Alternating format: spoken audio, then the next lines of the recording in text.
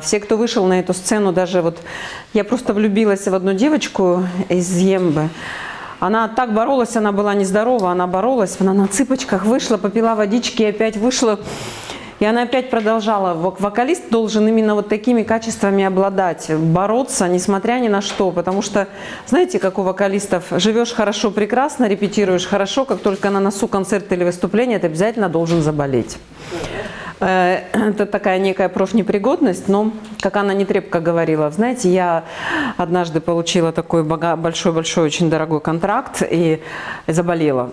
Я решила отказаться от выступления, не петь больной. Я отказалась, потом я заплатила большую-большую неустойку. Естественно, гонорар ей никто не заплатил. Она получила штраф за то, что она не смогла спеть этот спектакль. И она сказала, с тех пор я больше не болею. Поэтому, чем больше мы здоровыми, тем мы ценнее. Что хотелось, вот общее пожелание ко всем педагогам, и чему я следую вот уже на протяжении своих 17 лет, с первого дня прихода в институт, я даже не понимала, что нужно этому учить учеников своих. Нужно обязательно найти его эксклюзивный тембр. Это сейчас для педагогов, да? Ведь чем ценны вокалисты? Инструменты мы не можем, вот я, допустим, вокалист, пианисты, может быть, там могут, да, там Стэнвей звучит, или Ямаха, или какой-то другой инструмент. У скрипок, я знаю, есть разные голоса, как-то чем-то отличаются, но все равно это больше тембрально все очень схоже. Чем мы ценны вокалисты, что у нас у каждого свой божественный одаренностью тембр. И поэтому самое главное нам, педагогов, не учить под себя.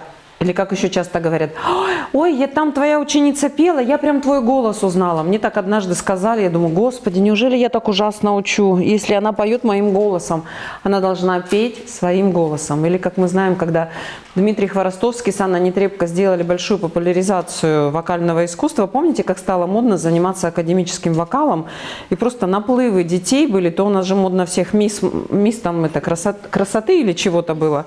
А потом стало модно приводить детей в академический вокал. И я была этому безумно рада, что вот именно две такие персоны, как Дмитрий Хворостовский и Анна Нетребко, сделали такую популяризацию и показали всему миру, что это престижно, что если ты хорошо поешь и востребован, ты также можешь хорошо зарабатывать.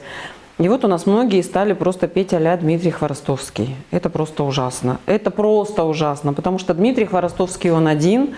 Подражать чужому голосу никогда не надо, потому что твой голос может быть гораздо богаче, гораздо интереснее, если он станет на правильное русло с хорошей вокальной школой, с хорошей вокальной подготовкой, и ты будешь тогда Вера Баранова, Екатерина Бегунович, и каждый будет соответствовать своему имени, и ваш голос уже будут с закрытыми глазами узнавать, да? Вот это самое главное, научить своих учеников петь своими голосами. Естественной манерой, не зажатой гортанью, хорошим проточным звуком, что многие участники этого конкурса уже показали, и это было очень приятно, что многие уже владеют такими приемами. Раньше, мне казалось, все поют какими-то пионерскими голосами дети. Да, я сейчас пробежала, бегом бежала, просто опаздывала к вам. Поэтому какие-то вопросы, может быть, будут в начале ко мне? Или хотите уже заниматься, чтобы были уроки? Или каким образом построим мастер-класс? Потому что я никогда не готовлюсь к мастер-классу, к нему невозможно подготовиться. У каждого свои вопросы. Какая-то вводная часть, естественно, она для всех все понятно, естественная. Можем начать заниматься. Или вопросы какие-то еще есть? По технологии, может быть, у кого-то какие-то вопросы есть? Или пошли петь. Кто первый? Есть какая-то очередность у вас? А вот уже идет девочка.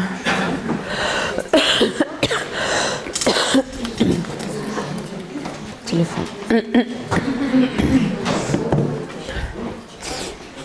Чуть-чуть.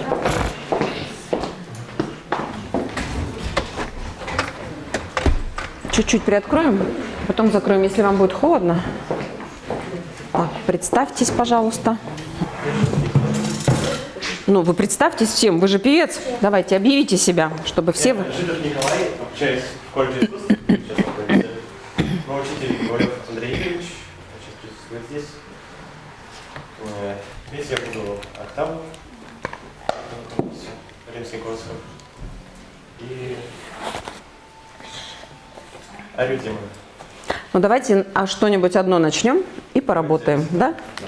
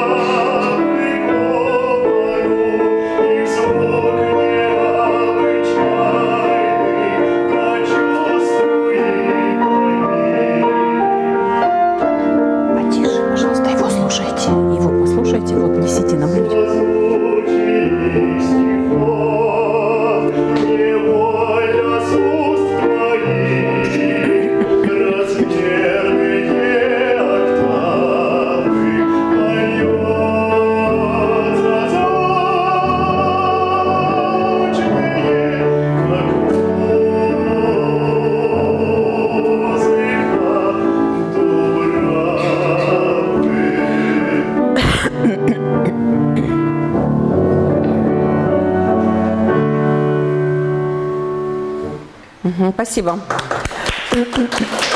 Я вот тут по вам делала заметки. Их не нужно вслух произносить, я вам потом скажу, да? Какие у меня были заметки. Есть педагог, да, здесь? Ага. Здравствуйте, очень приятно.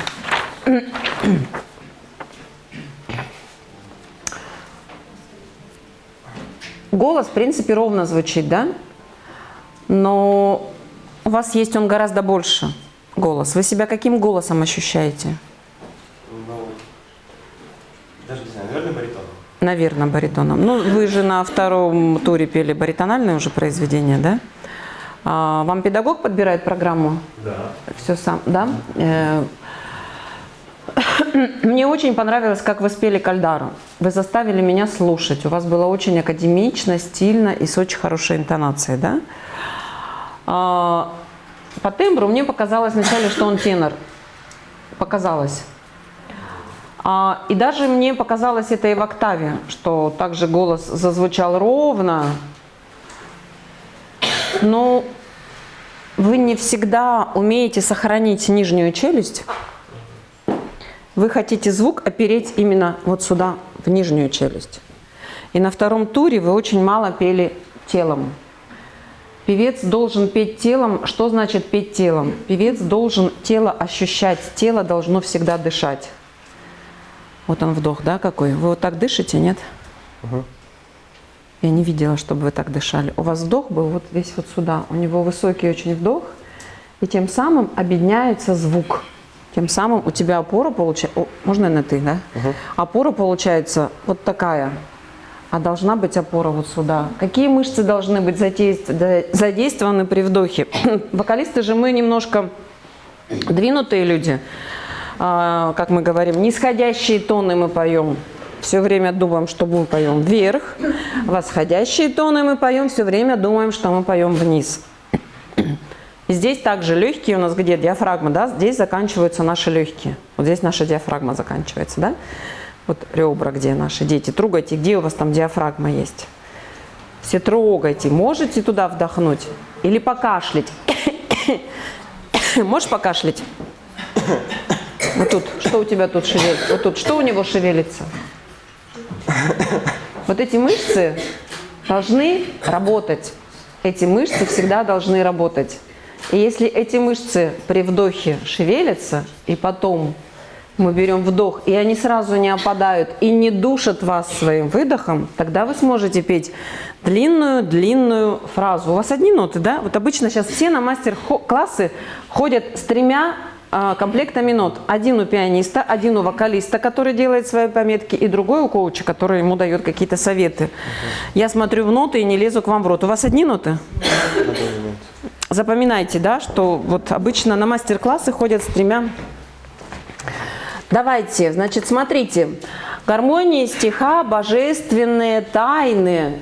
Не думай разгадать по книге. А, кстати, вот вы все слова у него поняли? Нет. Вот я тоже, зная этот романс, 2 часть уже перестала понимать. Расскажите нам, пожалуйста, наизусть слова. С выражением, о чем вы хотели спеть. Почему музыка родилась на эти слова? Вот прям вот с этим проникновением. Скажите нам, пожалуйста.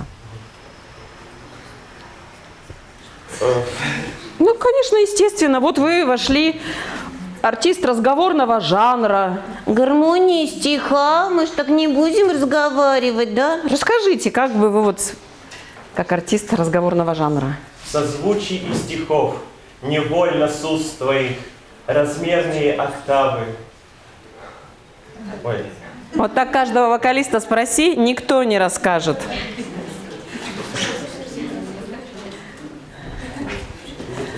Начало-то гармонии, стиха, я же вам сказала. Сначала. Конечно. Гармония, стиха, божественные тайны. Есть такие слова? Да? Да? Ну, давайте. Гармонии и стиха.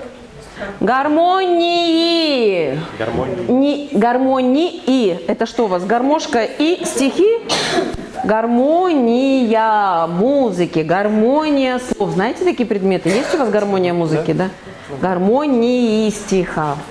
Еще разочек. Вот это вот все нужно с детьми разбирать. Гармонии стиха. Гармонии стиха. Зачем вы и отделяете? Это же одно слово. Гармонии стиха. Божественные. А можете сказать гармонии стиха? Не гармония стиха. Гармонии. Вот скажите, вот как будто бы у вас тут динамик есть, рупор такой. Донесите до последнего зала вот всю свою теплоту и любовь. Не гармония стиха, это только первый ряд услышит. Гармонии стиха. Вот есть отношение к слову, есть уже другое. Посыл другой, объем в слове другой. Давай, попробуй на таком объеме. Гармонии стиха. Божественные тайны. Кашляни. И дальше сюда же, да. Невольно с уст твоих. С уст твоих. С уст твоих. Там еще другие Там другие слова. Не думай рассказать. О, не думаю рассказать.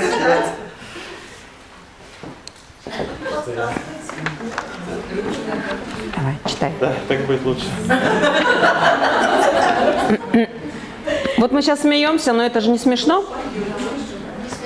Да, это нужно все тренировать. И если мы это натренируем, потому что он произносит слова, даже не понимая смысла, что он сейчас будет накладывать на музыку. Он просто кладет на музыку, на слово кладет. И небережное отношение к слову всегда фонетически не помогает нам в пении. А когда мы артикулируем слово правильно, не здесь губками артикулируем, а когда мы на протоке артикулируем, вот сидит просто любовь моя, в которую я влюбилась. Как тебя зовут? Встань, пожалуйста, мы тебе все поаплодируем. Ты. Как тебя зовут? Как? Ксюша. Скажи, Ксюша, как твоя фамилия? Макеичева. Ксюша Макеичева, вы знаете, я такого прикосновения к слову и такого прикосновения к тону не слышала у многих взрослых. У нее каждый звук бережное произношение, каждое слово бережное произношение. Мы вот сейчас на Лужайке пели с 4 студентами. Я приеду, обязательно про тебя вот все расскажу, какая ты умница, какая ты чудесница. Откуда у тебя такое бережное отношение к слову? Вот откуда? Ты педагог тебя заставил так хорошо учить? Или ты сама так любишь стихи? Я сама. А с педагогом как ты занимаешься? По пению, Да. ну, можно педагог расскажет? Ты не любишь себя хвалить, да? Ну как, тебе дали стихи, ты выучиваешь стихи, или тебе дали песню, ты выучиваешь сразу музыку, не вчитываясь в слова? Как ты работаешь над произведением? Мне дают слова. Ну, как бы первым делом я учу слова, а потом уже мелодию. Это абсолютно правильно. Нужно прочитать стихи, вдуматься, какое слово главное в этой фразе.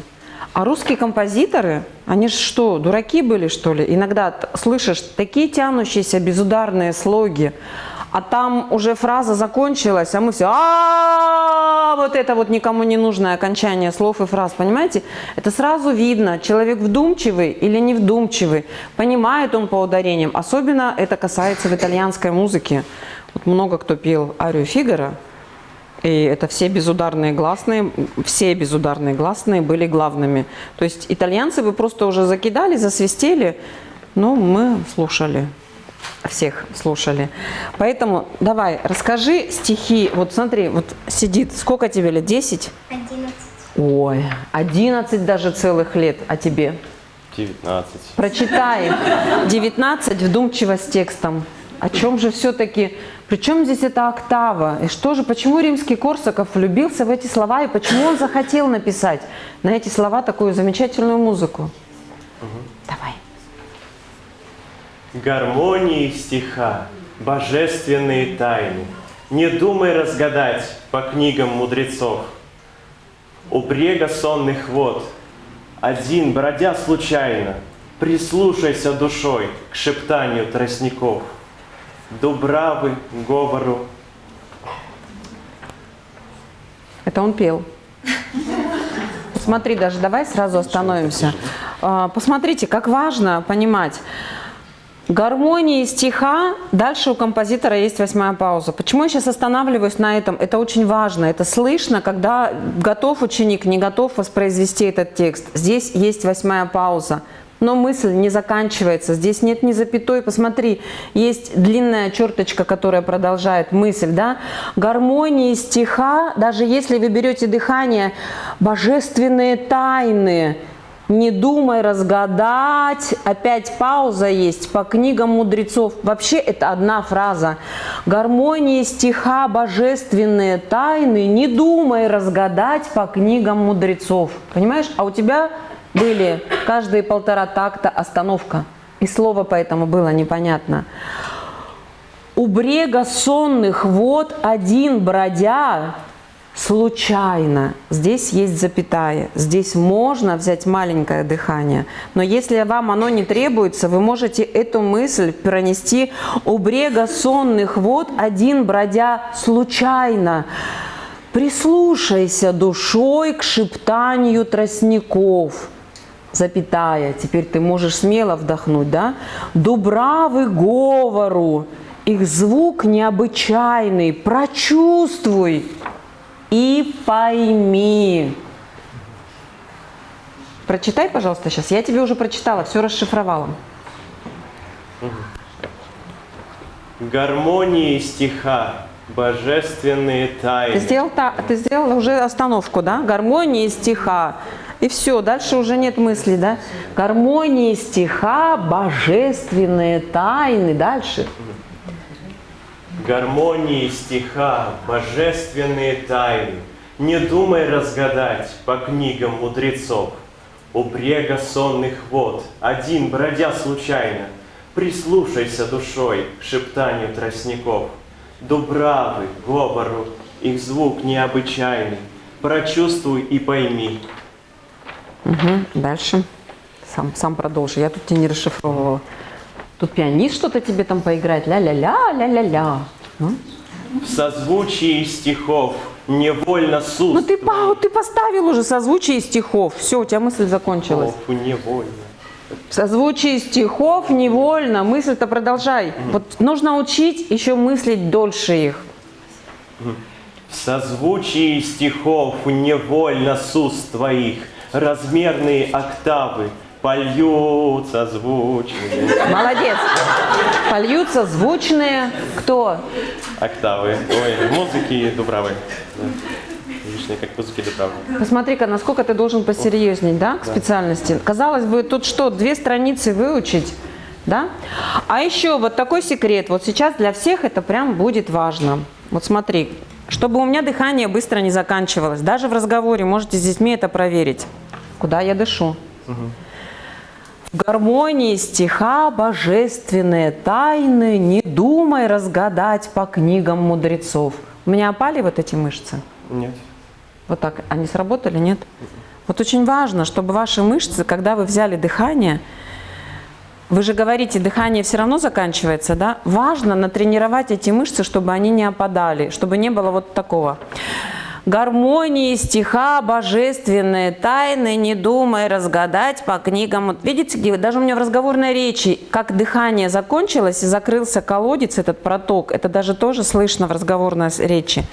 Когда вы научите ученика просто при разговоре вот этим ощущениям мышечной свободы, у тебя голос вырастет гораздо больше. Вот до сюда. И он у тебя не будет вот такой. У тебя гораздо больше голос. Гармонии стиха. Смотри, какие удобные ноты. Вот сейчас давай, пожалуйста, спой нам, а я тебя поддержу за дыханием. А челюсть, вот кто из детей знает, челюсть, как участвует нижняя челюсть в пении? Свободная она должна быть? Переоткрытая, слишком раскрытая или должна быть естественно открытая, как в разговорной речи? Почему, когда мы поем, когда мы разговариваем, мы говорим удивляемся, да, а не делаем в разговорной речи мы так делаем? Нет. А почему мы в пении все, когда идем наверх, делаем Вот как нам сохранить разговорную речь? Принцип правильного формирования звука. Где у нас формируется звук? Кто знает? Разговорный. Гортанью. Каким местом? Это здесь резонаторы, ты правильно показываешь. Мы должны петь в резонаторы, мы должны их озвучивать. Если мы поем без резонатора, мы так вот так поем. Да? Есть разница. В резонаторы если мы не попали в резонаторы, значит наш голос не полетит через оркестровую яму, да, в оперном театре. И вообще в заднем ряду никто не услышит, нужен микрофон. Это ты про резонаторы показала. А где в гортани формируется звук? Связками. Мы говорим связки, да. Ну, вообще в формировании звуков весь голосовой аппарат задействован. Но именно произносим мы связками, да. Вот они у нас маленькие, вот такие две штучки вот смыкаются, малюсенькие. Как фониаторы говорят, у басов они потолще, у сопрано вообще там тонюсенькие. Вот как эти маленькие мышцы должны работать, чтобы на них не было ни узлов, должно быть правильное дыхание, у них должны быть помощники. А помощники, конечно, наши, это вот здесь. Если мы, как я говорю иногда своим студентам, если мы весь голосовой, горловой зажим перенесем в мышцы и будем держать мышцы, мы не сможем это место зажать. И звук, чтобы у нас стал резким и некрасивым, мы не сможем это делать, если у нас вот эта группа мышц будет задействована. Правильно, мы берем вдох, потом мягко смыкаем связки. Связки, когда смыкаются, и под нашим дыханием, под действием нашего выдоха, да, они мягко вибрируют. Но если этот выдох быстро заканчивается и перепор этого дыхания, связки находятся вот в таком сумасшедшем состоянии, почему потом у детей возникают и болезни голоса, порезы связок, узлы на связках, когда неправильно идет этот выдох. И начинает опора звука именно вот сюда на горло, форсировка звука получается на горле. Очень важно научить ребенка брать мягкий вдох и, естественно, тем же местом, которым мы говорим, начинать петь. Если мы говорим ясная, чистая, красивая, округлая. Почему она у нас в пении? Такая же и должна. Мы должны научить наших учеников предслышать тон. Татьяна Юрьевна, проходите сюда, садитесь, проходите вон там. Мы должны научить предслышать тон, и чтобы они брали мягко вдох и уже слышали тот тон, который я должен запеть, да? А слово такое же должно быть ясное, как мы сейчас с тобой читали этот стих. Вот сейчас, пожалуйста, попробуй, как ты рассказывал, и вот ту мысль, и в конец фразы нужно петь обязательно, в конец фразы мыслить, да? Не разбить вот эту большую фразу на 4 части, которую ты сейчас сделал, да? А именно всю фразу допеть до конца. Хорошо? Вот спой своему педагогу сейчас, чтобы он услышал, всю мысль донеси до него до конца. Всю фразу первую. Не на 4 мелкие части. Запомнил? И дыши сюда. Ты боишься дышать. Тебе нужно стать вот таким свободным. Не бойся дышать. Вдохни вот сейчас. Попробуй вдохнуть. Давай вместе. 3-4. Да? Смотри на меня. На меня смотри. Так правильно я вдохнула? Нет. А так? Ну смотри на меня, что ты боишься, я не кусаюсь. Смотри на меня. Что у меня поменялось? Такой живот, все. А лицо у меня поменялось? Лицо нет. А шея у меня зажалась? Вот нужно прямо освоить вот эту свободу. Это все просто, это простота. Простотень полная, да? Сюда взял вдох, сказал и запел. Но только в том тоне, который ты уже услышал. И все оставить вот здесь, в этой диафрагме, да? И Так вот ничего не тянуть шеи. ничего туда не докладывать. Оставаться до конца мужчиной. Угу. Давай, попробуй. Я тебя не буду трогать, ты стесняешься? Понял? Ну давай. А я слежу за тобой по нотами. Ну и подглядываю за тобой. Ну, пожалуйста. Мягко, да. Остановись. Смотри. Смотри. Можно на мне? На меня смотри. Гармонии стиха. Гармонии стиха божественно. Нарари. Чего ты всем вы-то как прислуживаешь? Хочешь всем сказать, нате вам, пожалуйста, нате вам, пожалуйста. Ты же не официант в ресторане. Давай. Что я открыла? Ты чувствуешь, нет? Вот ты же слышишь, что у меня поменялось? Можно даже на меня не смотреть. Гармонии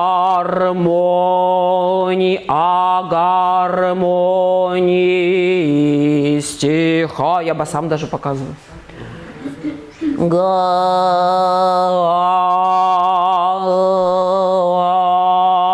Я вроде сильно рот-то не раскрыла. Что я открыла внутри? Что я открыла внутри? Что сделал? Челюсть освободила. А что еще? Гортань я не опустила. Я ее в нормальное положение просто. Я ее просто привела в нормальное положение. Как мы разговариваем, мы так и поем. Мы же так не разговариваем. Почему мы так начинаем петь? Видишь, я продохнула. Я для этого продохнула. Естественно, я себя не переперла вдохом. Не переперла. Это очень важно, не перебрать вдох. Гармонии стиха. Вот здесь есть динамик. Вот ты мне показала вот эти резонаторы головные. А еще какие мальчики есть резонаторы? И девочки тоже должны ими пользоваться. Ну-ка, расскажи-ка нам, Терехин, где грудной резонатор? Естественно, в груди. Вот этот динамик, он тоже должен работать. Понимаете, это тоже как рупор. Гармонии стиха. Я его подключила. А если я его выключила? Гармонии стиха. Видите, какая разница? Это нужно естественно все опустить и быть естественным. Попробуешь? А что? Ну, следующий. Полчаса уже. Ты хочешь от меня сбежать, да? Ты что-нибудь понял, нет? Вот что тебе важно, что вам важно сейчас? Вот ты какой курс? Третий. Не стесняйтесь его заставить дышать, потому что косые мышцы должны мужчинам... Все, что мы сейчас сказали, вот все то же самое, вот прям абсолютно практически. Мы над этим работаем. Ну вот заставлять, чтобы он понял.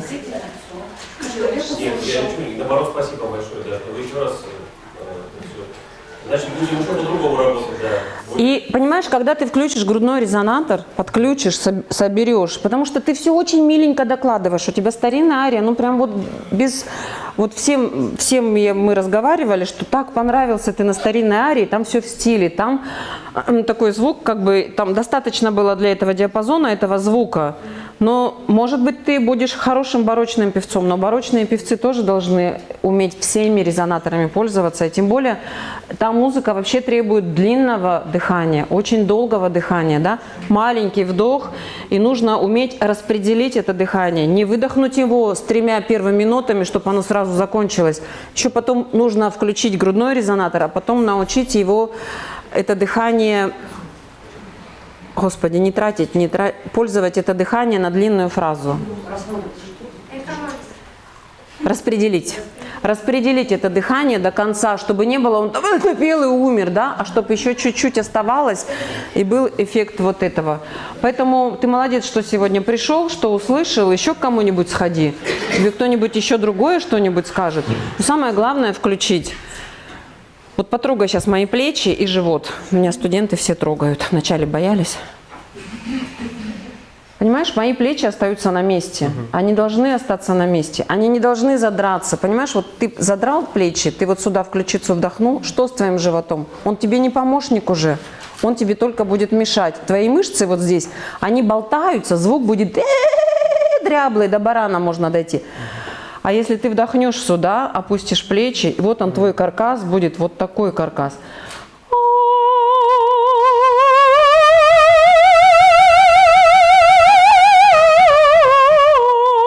Дыхание тебе будет гораздо больше хватать, плечи будут свободными. Как только ты здесь зажал, значит, все, твой весь вот это вот все, наступает паралич, парализация полная, и будет маленький-маленький звук, и ты будешь все время петь, кушать подано.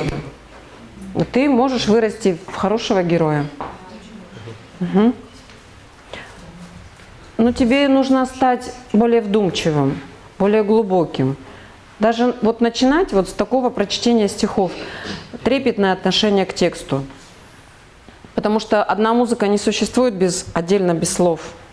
А ты будешь музыкантом только когда ты будешь понимать о том, о чем поешь. А мы сидим уже вторую часть романса, мы даже уже я этот романс много раз слышала, я сижу и думаю, что это, какие слова, как же публика. И все время бабушки в заднем ряду будут, знаешь, вот бабушки приходят обычно на концерт. Че он там поет, а? Громче тебя. Ты слышишь, что он там поет? Про что он там распевал? Там вот, понимаешь, нужно стараться донести обязательно все слово, каждое слово в конец зала. И это тоже тебе поможет найти твой продых. Угу. Давай, дерзай. Спасибо. Спасибо вам большое. Слушайте очень певца и создавайте такую подушку, как на море. Знаете, он лежит, вы ему такую подушку играете, а он на море кайфует. И это вот у него пианист такой. Вас тогда все певцы будут носить на руках. Любовь наша, привет, молодчинка такая, здравствуйте. Вот. Сейчас не знаю даже, над чем с ней работать, но посмотрим. Где твой педагог? Это вы педагог, да? Вам комплименты, конечно, за такую девочку. Что ты нам споешь? Ну, представься еще раз всем. Я Макеичева Ксения, мне 11 лет, я из Нижнего Новгорода. Что мы поем? Я пою песню «На лужайке». Ага, прекрасно. Тебе не дует там? На лужайке, на ротарке, промочили зайки вальки, ежик пробовал внушить. Надо валенки сушить, но ежа подняли насмех. И поймали страшный насморк. Наши зайки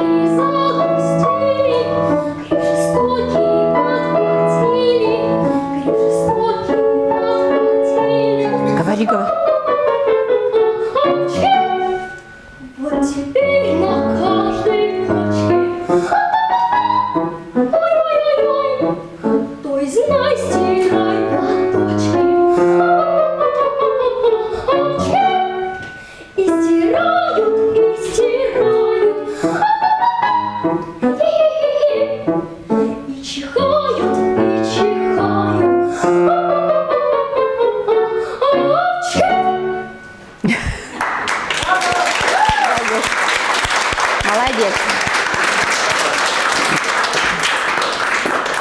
Сколько раз у вас в неделю занятия? 2. 2 раза в неделю, да? Хотелось бы больше, но не получается. Не получается. Она молодец. Ты на конкурсе пела еще лучше. Вот было произведение на 2-м туре, по-моему, да. Как долго ты учила «Веселиться и ликует весь народ»? Ты сама выбрала себе этот романс?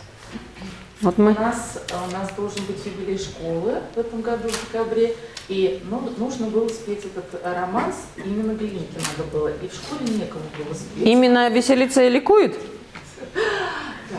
И мы вызвались Понятно. спеть этот романс. Ну, вот, да, мы понимаем, конечно, что был риск, это я все знаем, мы, наверное, вот на юбилей споем и закончим. Ну, там же можно было баркаролу спеть, такие какие-то. Именно, да? Весь народ, да. На юбилей школы. Да. Нормально, да? Вот так вот 11 лет, это вот «Веселиться и ликует», вся школа на нее. Она будет за всех веселиться и ликовать. Ну, мы тоже веселились, ликовали. Вот я что написала на 1-м туре? «Совенок». Мы прям тоже влюбились в твоего совенка. Интонирует каждое слово. И осознанно все понимает, поет. На лужайке, вот она сейчас спела. Молодец, я написала, супер. Я даже не записывала. Есть у каждого, да, кому что сказать. Какие-то замечания можно сказать. Но вот тут прям не хотелось писать, просто мы получали все удовольствие. Чайковский «Мой лизочек». Я тоже пишу.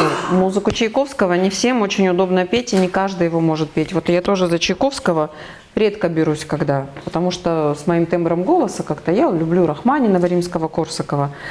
Но здесь настолько было бережное отношение к тону, и она именно словом разукрашивала все эти тоны и гармонии. Очень трепетное было отношение.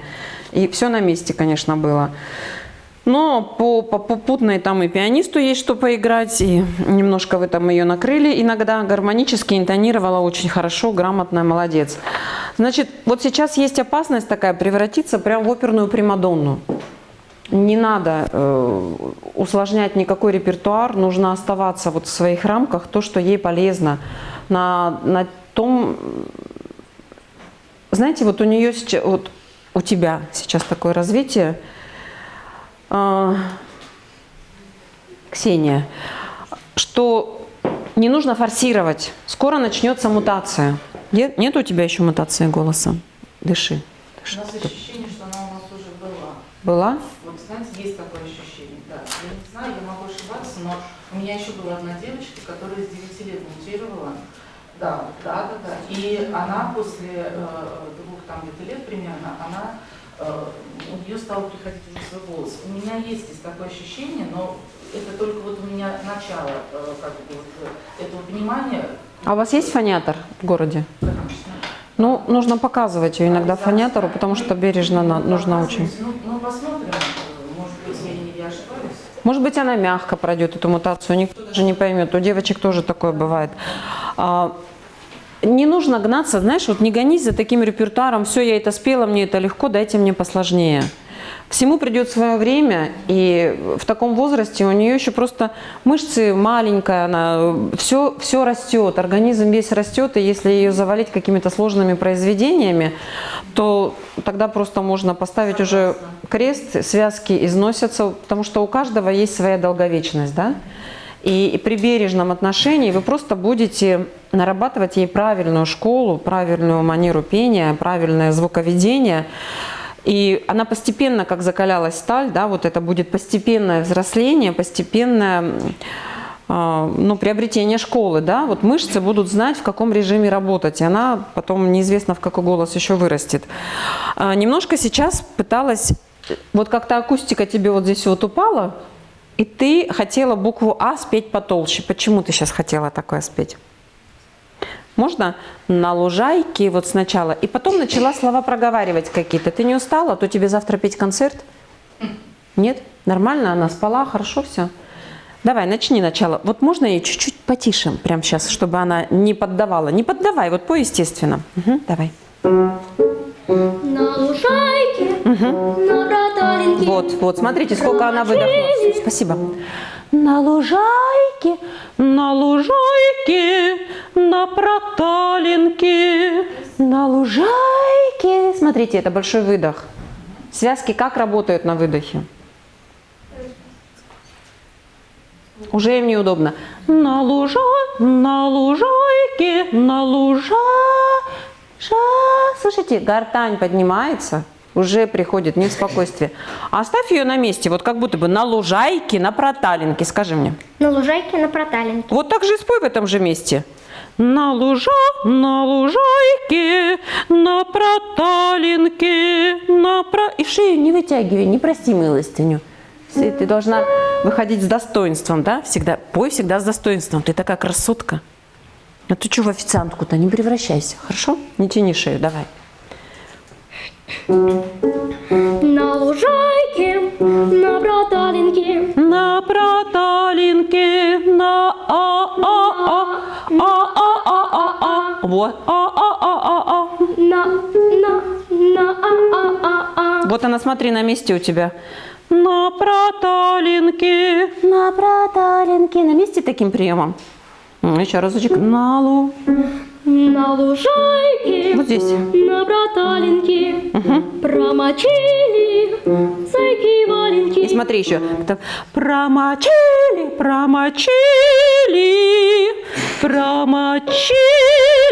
Тут же.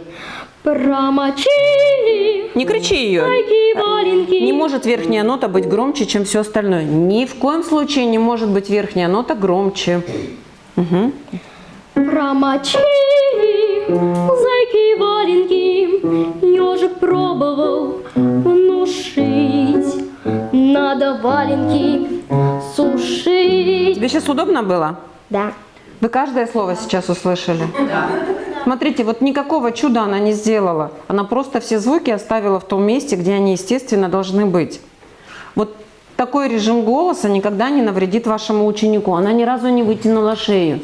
Смотри, у тебя нижние ноты тоже все отзвучили. Они не могут быть, нижние ноты у девочек громкими не могут быть. И не надо их давить. У тебя опытная пианистка с тобой рядом, да никогда не подведет, да, никогда тебя не накроет. Поэтому никому ничего не доказывай, особенно в нижней тесситуре. Но если нижняя тесситура звучит у тебя не очень громко, нижняя тесситура, знаешь, что это такое? Нижние ноты, да, которые вот в произведении низкие ноты. Если они у тебя получаются не громко, не набрасывайся на высокие ноты и не делай их громче, как будто бы как будто бы тебе там шило куда-то, да, в попу воткнули, или ты на кнопку на какую-то присела. Вот нужно все ровненько спеть. Где форты написано, там форты. Но если на лужайке, на проталинке, промочили зайки-валенки, здесь нету никакого развития, да, ты просто рассказываешь. Это рассказ.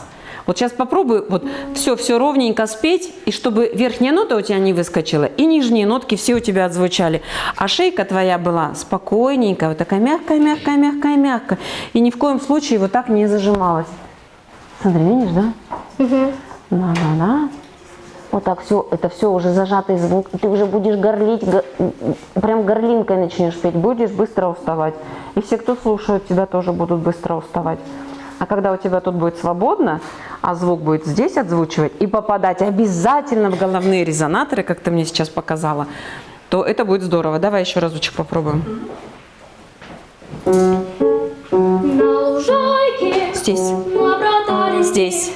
Промочили зайки-валенки. Не тянишь. Пробовал внушить. Говорит здесь. Надо валенки сушить. И в головную. Но ежа подняли на Смотри. смех. Но ежа. Ты на кнопку села? Но ежа подняли. Попробуй сделать. Но ежа подняли на смех. И поймали страшный насморк. А попади сейчас в резонатор вот сюда. А чисто спой.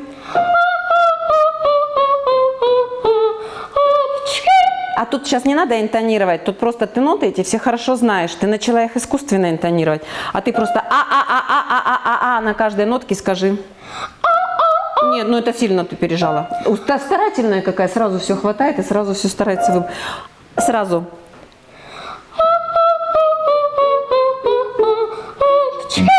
Вот, и у нее гениально, она не поет, как это часто делают. Она рот один раз как открыла и говорит в правильном месте. Я не знаю, чему тебя еще учить. И я не хочу просто сейчас с ней перезаниматься, чтобы она не устала на завтра. Ты поняла, да? Не надо тянуть шею. Вот это местечко всегда ощущайте, выше него не уходи. Вот чтобы... вот здесь голос не формировался. Ощущай все время. Тебе еще сильно грудь там не надо подключать, грудные резонаторы не надо подключать. Просто искать удобную тесситуру и петь все правильно. Золото, ребенок, вообще. Это же только можно позавидовать педагогу. Спасибо тебе большое. Спасибо. Вот еще одна кукла, которую мы запомнили. Тоже молодец. Объяви, как тебя зовут. Нащененко Анастасия, 11 лет, живу в Нижнем Новгороде. Буду петь Янчик. Давай.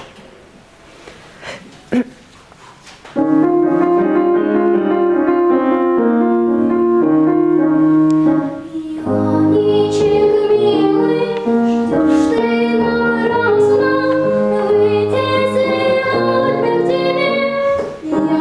сегодня к тебе, я не согласна.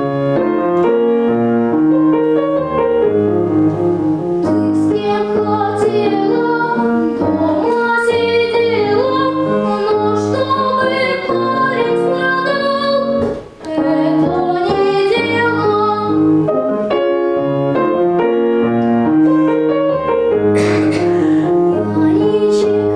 Яничек милый, зря ты страдаешь, я уж другого люблю, а ты не знаешь.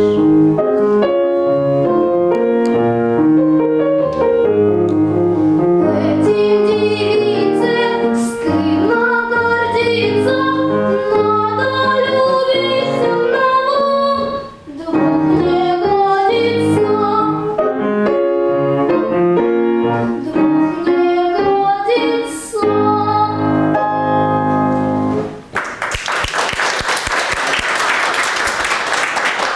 Артистки, да, мы вчера, я записывала тоже, что очень хорошая интонация, очень одухотворенно поет, понимает, о чем, артистично, иногда даже, наверное, переигрывает. Ну, пока так.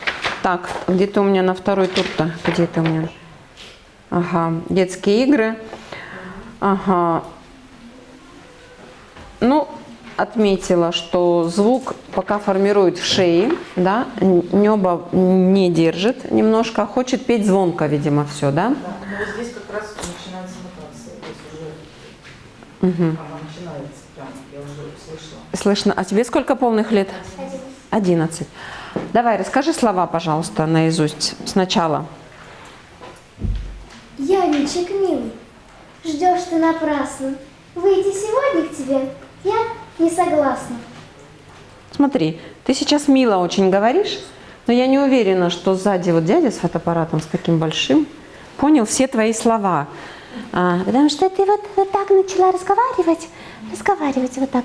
А ты постарайся сказать, сохранить свою эмоцию, да, все свое обаяние сохранить, какая ты милая, не себе сказать. Ты-то знаешь, что ты хочешь сказать. Может быть, ты и не это сейчас хочешь сказать.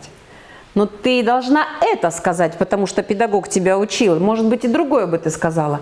И вот сейчас расскажи, пожалуйста, вот тому дяде, красивому, с бородой, вот ему прям, что он у тебя Яничек, а ты ему все расскажи. Яничек милый, ждешь ты напрасно. Выйти сегодня к тебе я не согласна. Дальше. Ты с кем хотела, дома сидела. Это он тебе говорит? Но тогда превратись из себя уже в другого. Ты с кем хотела, Ну прям поругайся. дома сидела. Ты с кем хотела? Ты с кем хотела, дома сидела. Но чтобы парень страдал, это не дело. Янчик, милый, зря ты страдаешь. Говори, говори. Я уж другого люблю, а ты не знаешь. Этим девице стыдно гордиться. Надо любить одного, двух не годится.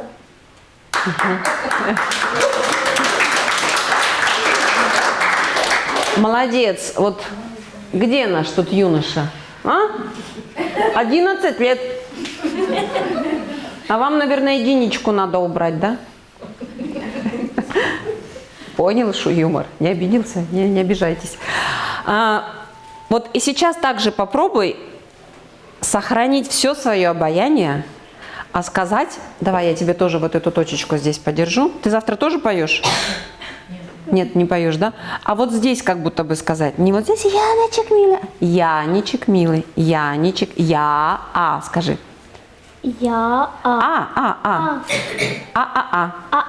Вот, смотри, какая звонкая хорошая. Яничек милый.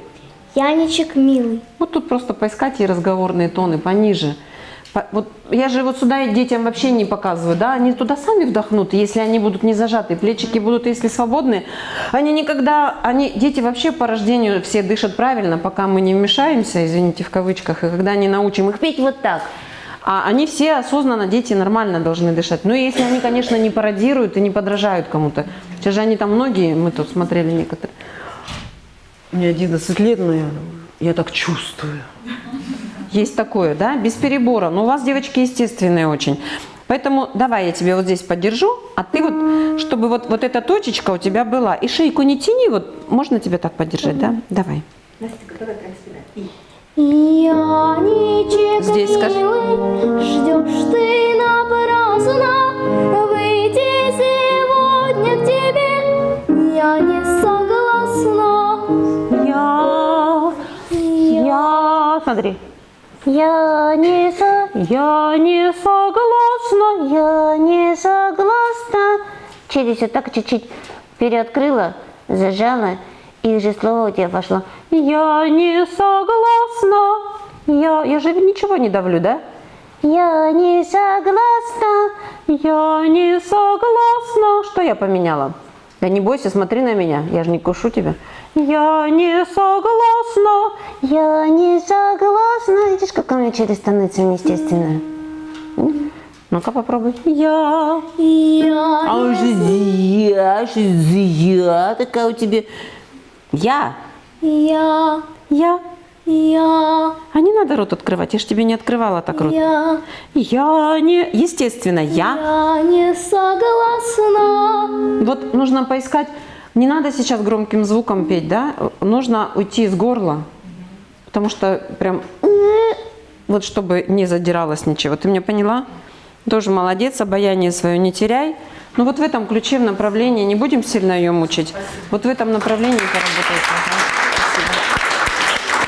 Замечательные дети у вас вообще, конечно. Давай, мы с тобой договорились о встрече. Что ты нам споешь? Давай все, объяви. Как тебя зовут громко? Меня зовут Котельникова Ангелина. Я из города Сергиев Посад, из Подмосковья. Я исполню вам песню «Вижу чудо опять».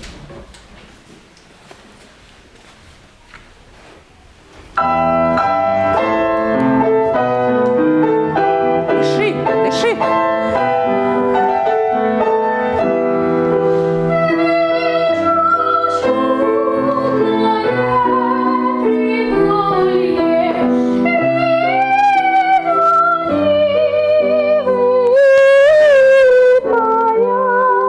Сюда вдохни мне в руку. Видели, что сразу с первой ноты что пошло у нас?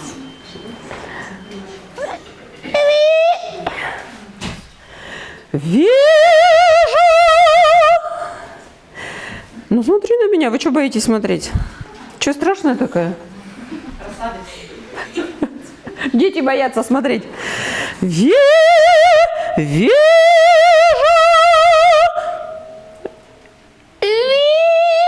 Чего ты от всех взяла и закрылась даже плечом?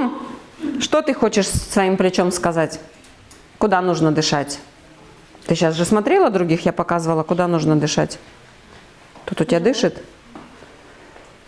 А вот здесь освобождай плечики, освобождай, освобождай, освобождай. Должна быть свободно, свободно. Тебе массаж делает педагог на уроке? Я с вами иногда делаю. Такой массажик, плечики расправить. Нужно освободить. Вот тут у тебя должно быть все свободно, свободно. Ты должна стоять. Вот такая красавица. Косточки твои должны. Вот так, да, Бусянь?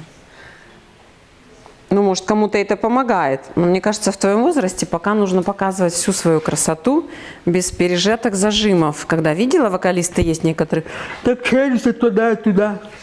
Оно же, где тут зажмется, где вот тут зажмется, где лицо все пережмется. Еще вот такие видела?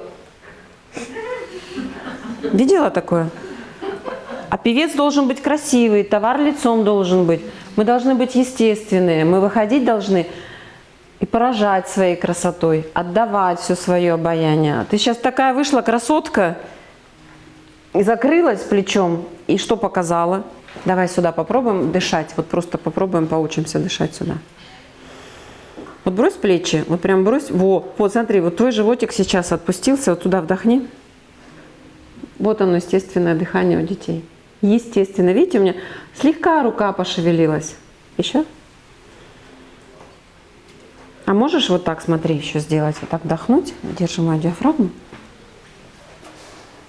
И вот так остаться. Вижу, ой, какие там слова, ноты. Вижу чудное мгновенье. Видишь, у меня ребра не опали, живот остался на месте. Его не надо выпячивать далеко, да?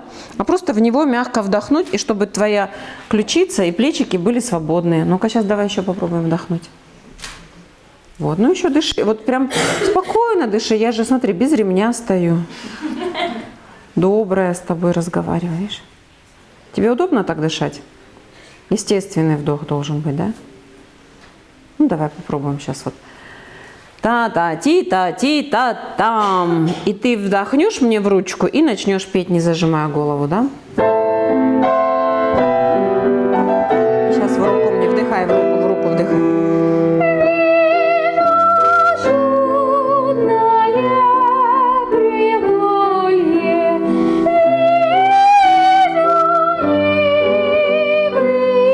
Записывайте. В чем? Почему не хватило? Смотрите, некоторые звуки прям хорошие были, мягкие, проточные, некоторые звуки. Но от этого трудно научиться. Посмотри, покраснела аж. Ты покраснела от того, что я прикасаюсь, или у тебя в резонаторы попало? Нет? Ты нормально себя чувствуешь? Да. Я тебя ничем не стеснила? Нет? Покажите педагогу тоже про дыхание, да, чтобы она естественно стоял ребенок. И шея, чтобы не зажималась. Вот некоторые звуки прям хорошие, мягкие пошли. Ты их слышала или не слышала?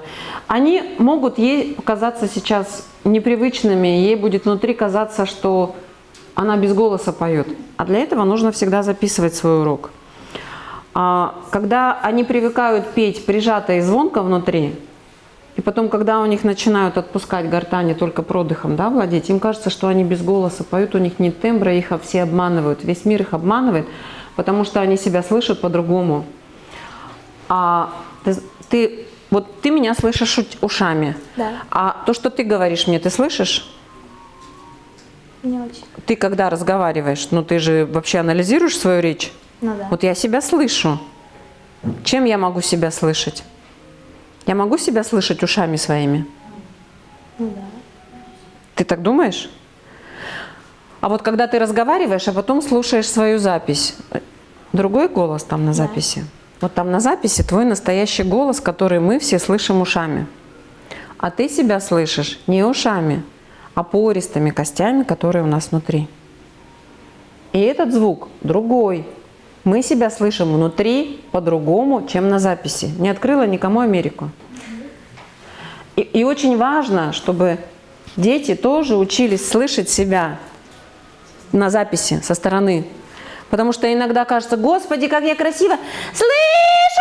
Мне так звонко, мне так много голоса, а меня никто далеко не слышит. Мне внутри звонко. Весь звон и полетность остались там, зажатыми, прижатыми.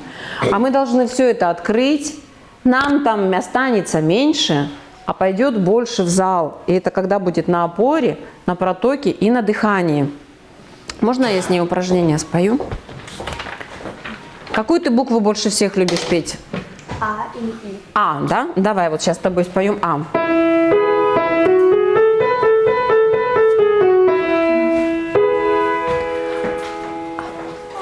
Давай дышим вниз, плечи опускай. Смотри, как я дышу. Вот я сижу, прям я сижу каркасом сюда вниз.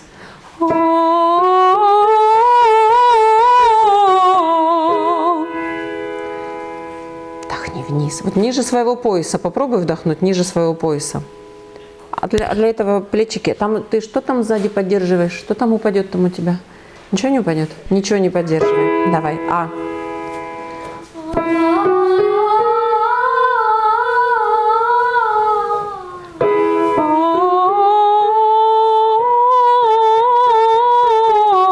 Сколько я тебе букв А напела?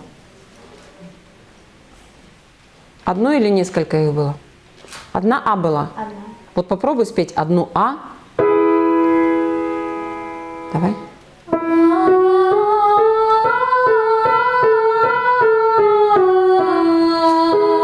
Внизу ты ее немножко опустила, уронила в нижнюю челюсть. А ее нужно как вот возьмешь сразу, предслыша вот эту ноту, гармонию, да, взять нотку в гармонии именно научить, а не отдельно один тон.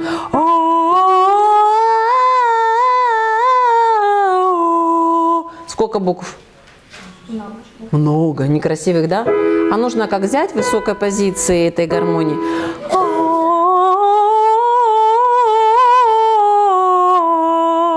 Так лучше? Да. Давай попробуем. Одну красивую. Нет, не надо. Опа, не подъезжай. Сразу услышала. На вдохе уже услышала нотку. На вдохе услышала нотку, позицию приготовила. И в этой позиции запела эту нотку. Это не трудно. Давай.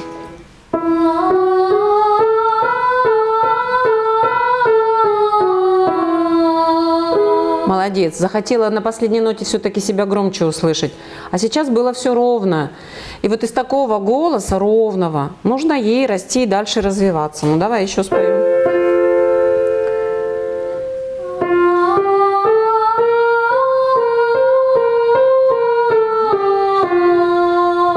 Видите, она не дернула ни разу челюстью. Очень много вот вчера у детей, которые распевают распевы, длинные украшения какие-нибудь, и А постоянно меняется. А должна быть одна, во всем украшении. Одна буква золотая, дорогая и красиво литься. Ну еще давай.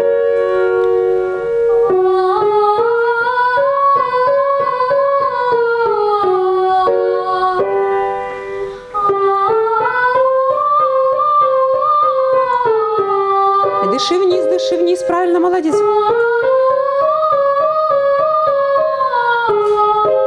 И сейчас можешь вот тут вверху подумать немножечко о букве О.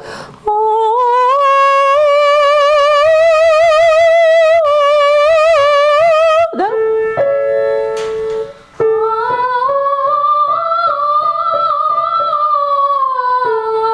А ты захотела ее вот здесь в горле округлить. В горле ничего не меняй. Нет, там в горле не надо округлять, только чуть-чуть верхнее небо, да, вот здесь вот верхняя часть головы.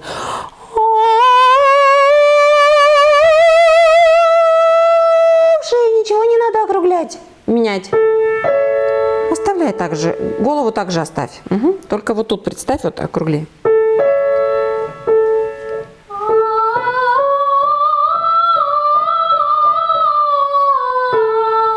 Мне вот больше нравится ее такой голос. Он естественный, и он обрастет обертоникой. И вот в таком режиме работы голоса он у нее никогда не будет болеть. И тоже мутация, если пройдет, она пройдет незаметно даже. Не злоупотреблять высокой тесситурой. Ну, я рада, что вы запишете, педагогу все скажете. Ну, то есть это такие доброжелательные советы, как освободить плечевой зажим, убрать голос с горла. А так у нее красивый голос, красивая внешность, умная девочка, артистичная очень. Поэтому все очень хорошо будет. Вот на это обратите внимание. Такие первые шажочки очень бережные должны быть с детками. Молодец. Дай тебя обниму. Давайте. Спасибо. Есть еще желающие? Не испугались?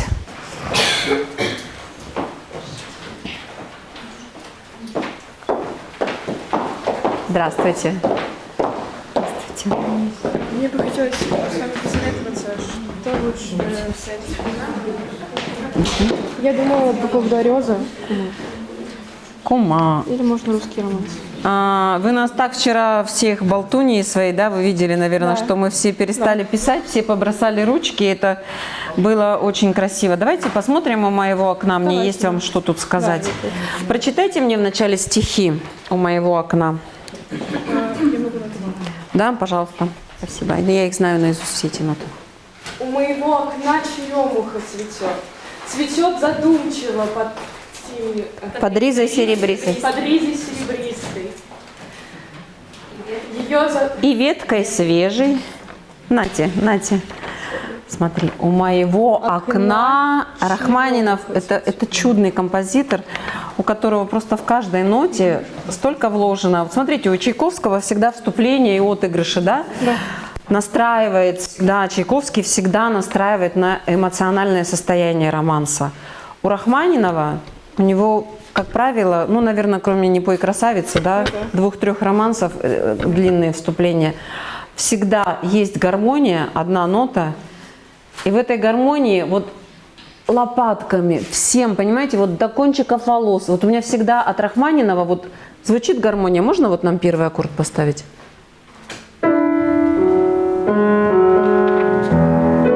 Не-не-не, просто, вот просто там, да, одна нота даже, да? И как ты должна войти в эту... Вот понимаешь, всегда у Рахманинова есть проникновение в эту гармонию. И здесь слово, как нигде у другого композитора, нужно интонировать. У моего окна. Почему у него тут стоит длинная нотка такая? Какая это длинная нотка? Четверть сточка. Четверть с точкой. Почему на окна именно и черемуха цветет? Почему он сделал длительности одинаковые? Развитие идет к слову главное цветет. Да, он рассказывает, где покажи. место и что цветет.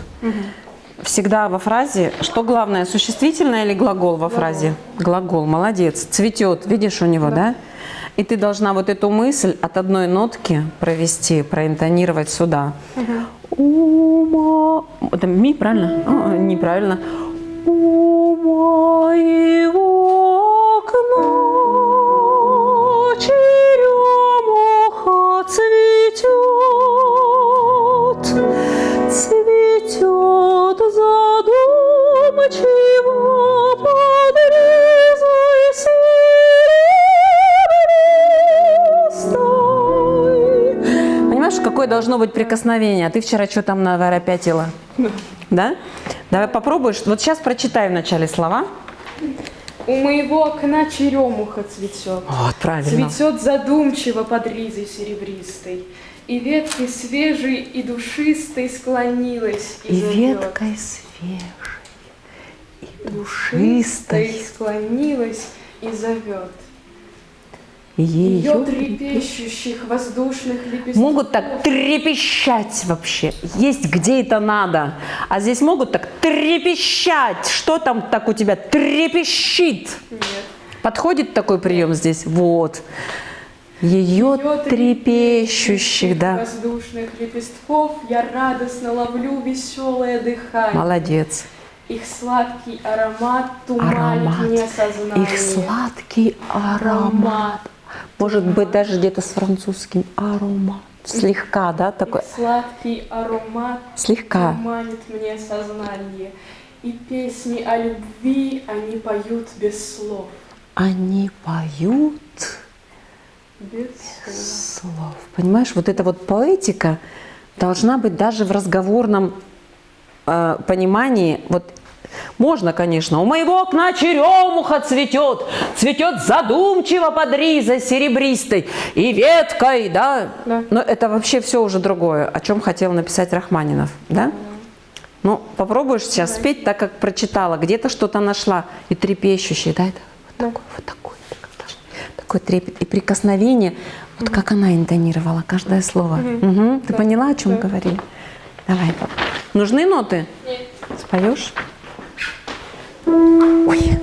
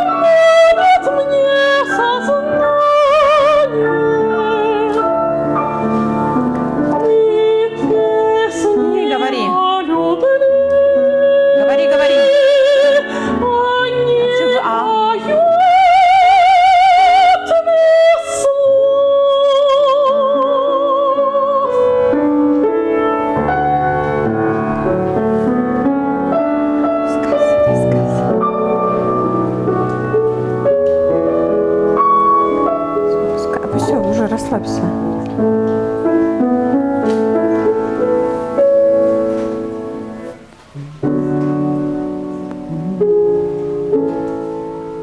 Спасибо вам большое. Спасибо. Спасибо. Почему я к тебе побежала и давай тебя осаживать? Потому что тяжело, наверное, очень сильно. Потому что ты отрываешься и все время хочешь там звук найти. Нужно крепко стоять на ногах и чувствовать твердо опору. И слово говорить не надо туда вот его так задирать. Где у тебя задранный аппарат? Где там ты уже можешь говорить, когда ты задрала и ушла с того места, где мы говорим? Да? Вот у тебя твое украшение висит в правильном месте, где звук должен все время ответить. Если там он не отвечает, то у нас получается... Да? Угу. Кому подмигнул, а тот понял. Значит, смотри. У моего окна черемуха цветет. Здесь нет высоты никакой. Можно еще раз мне, я тебе покажу? У моего окна черемуха цветет. Цветет задумчиво под ризой сирени. Я же не ушла никуда. Да. Сирень. Цвет. Можно ли? Цветет задумчиво под ризой серебристой. Поняла, где это место? Попробуй сейчас здесь. И потом также выстроишься наверх. Не надо никуда задираться. Ты видела? Да. Все на месте осталось. Да, зачем вот это надо петушить? Давай. Нет, ты уже не там сказала. Смотри, ты взяла вдох, раздула шею, вот эти жабры. Они вообще не нужны. Шея должна быть мягкая и свободная. Видишь, что ты нашла? Ты нашла ложную опору. Ты нашла передутую шею. Ты не нашла звук на месте, а звук должен спокойно встать на место. Связки должны спокойно его сказать. Детям, конечно, про разговор связками говорить не полезно. И студентам младших курсов тоже не полезно про это говорить. А нужно методом показа, да, найти то место, как мы сейчас стихи читали. Я же им не говорила, сомкни связки или что-то там сделай. Детям так нельзя говорить, иначе они начнут, вот как она... Просто пионерка на 200%, и она начнет сразу форсировать и жать то место. И вот начнется вот такой вот удар связок. Связки должны мягко всегда сомкнуться. не Такого тоже такие приемы, они нужны иногда как средство выразительности в каких-то, но это крайне редко бывает, потому что это тоже для связок не очень удобный, ненужный режим для связок, да, связки должны всегда спокойно смыкаться, спокойно, ни в коем случае не нужно на вдохе вот это место раздувать. Иначе, почему у многих детей не получается техника? Потому что у них эти места пережаты, и они сюда берут вдох, и многие поют вот так шеей. Шея должна быть всегда мягкая, свободна, и найти свой звук в том месте, где мы говорим.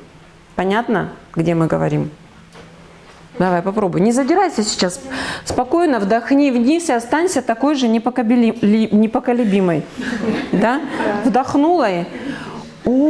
Посмотри на меня.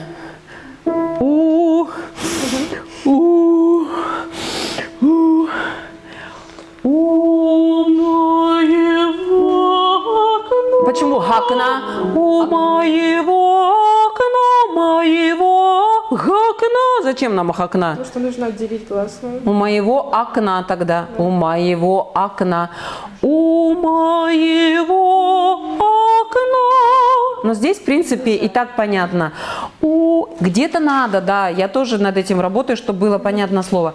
У моего окна, у моего окна. Понятно же, все равно буква А, родилась она. Да. А когда ты сильно прижимаешь, тогда опять некомфортно. У моего окна. Тогда уже поэтика теряется, да, вот этот тянущийся долгий звук. У моего окна. Понимаешь, вот где-то нужно твердое прикосновение звука, а здесь мягкое прикосновение, но чтобы слово было ясное и все гласные были естественные. Давай, я тебя держу, руку держит.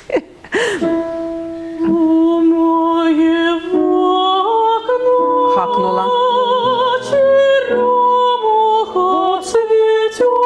Пускай. Пускай.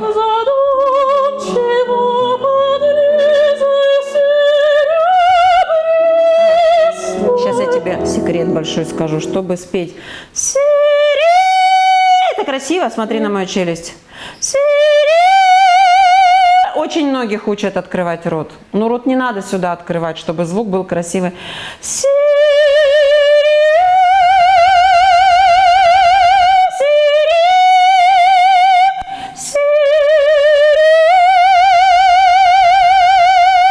Нужно открыть там, не переширить, не уронив нижнюю челюсть.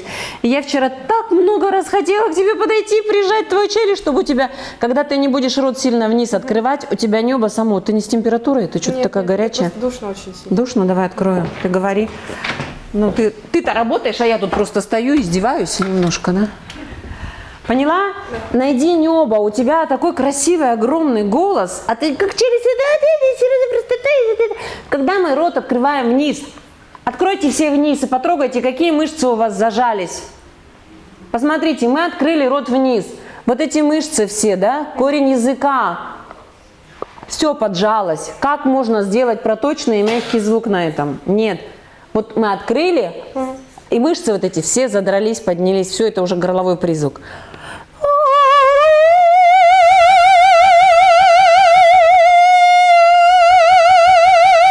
Он вот такой должен быть. Мягкий. Мягкий и теплый звук должен быть. Запомнили? Звук мягкий и теплый, не резкий, красивый, обволакивающий. Вы должны нас голосом обнимать. Давай. Голос у тебя огромный просто. Вообще завидую тебе.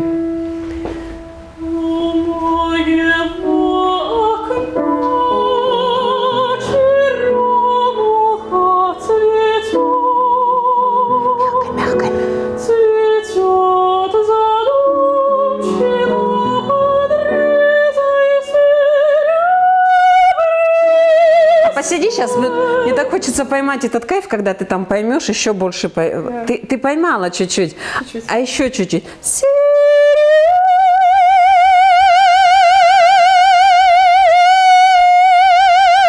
Чтобы вот голова запела, вот здесь запела. Не-не-не.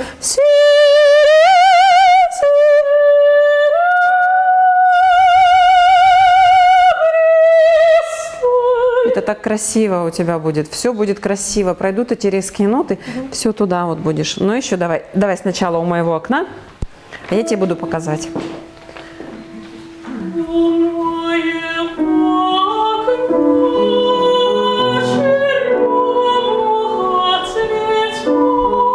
Пускай челюсть. Не строй нижнюю челюсть.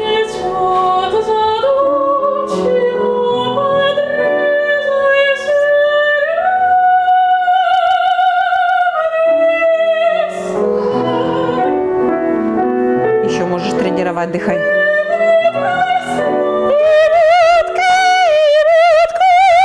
Открывай там мягче. Это подснятый был. Подсняла. И скажи. И веткой. И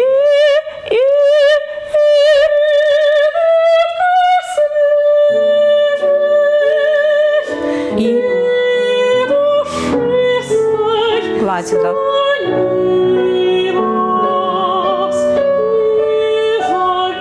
Смотри, еще не делай резко.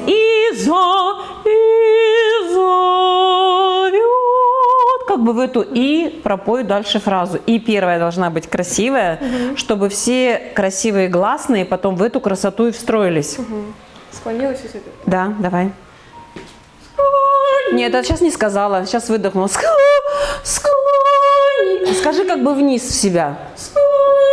Нет, это слишком ты запихала. Вот должна быть мера. Нет, так.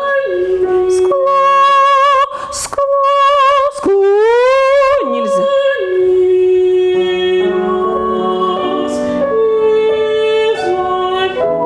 Да.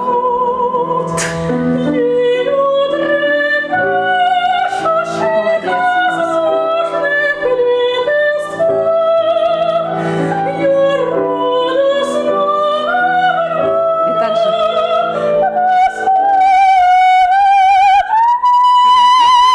Не надо рот вниз делать.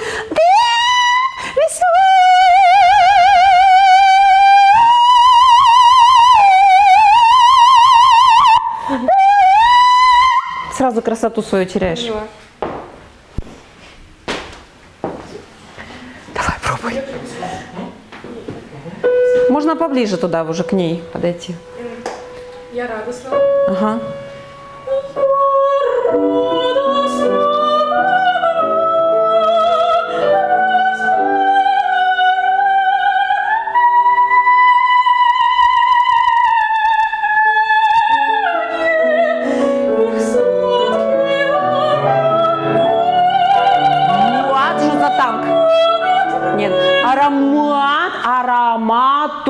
Туманит. Зачем это?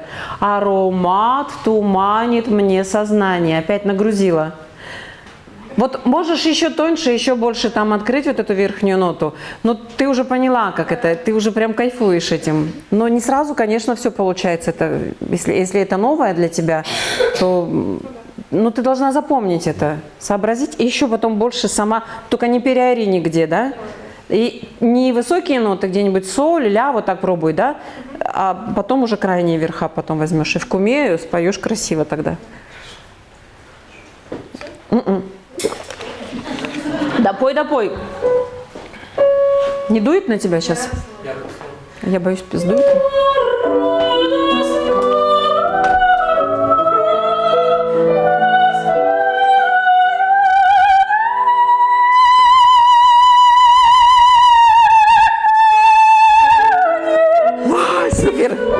Машина такая. Аромат — это одно слово.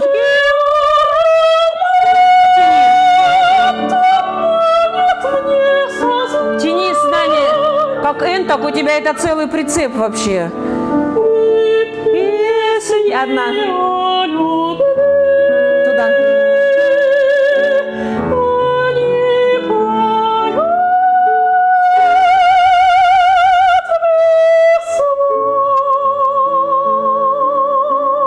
Молодец! Браво! Молодец вообще! Слушай, какой у тебя классный голос вообще, молодец. Поняла? Да. Должно быть мягкость, у тебя очень большой голос.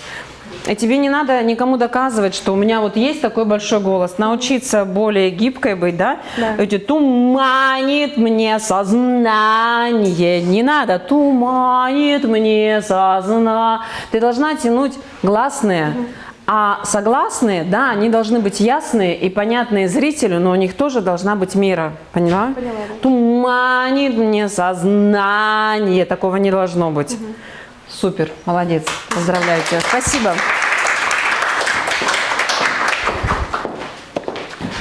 Все, кончились желающие? У нас осталось 20 минут, кто-то один еще может.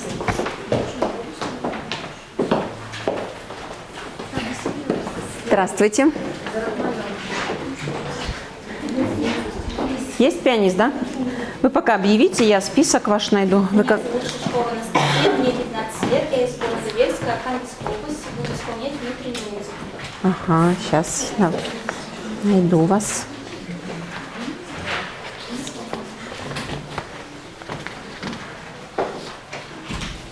Угу.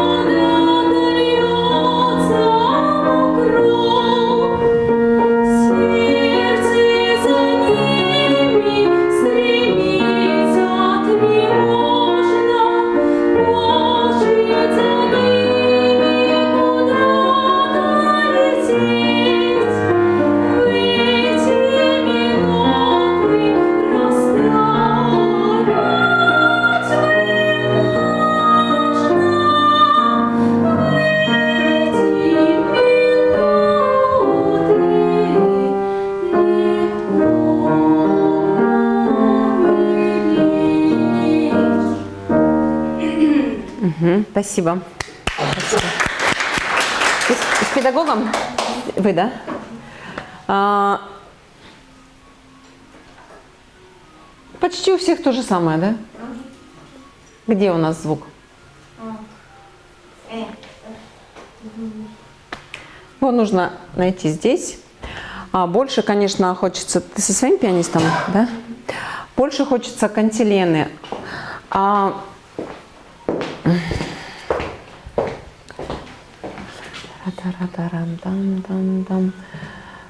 Все-таки вот нужно все, да, остановить. И вот здесь мягкий бас должен, да.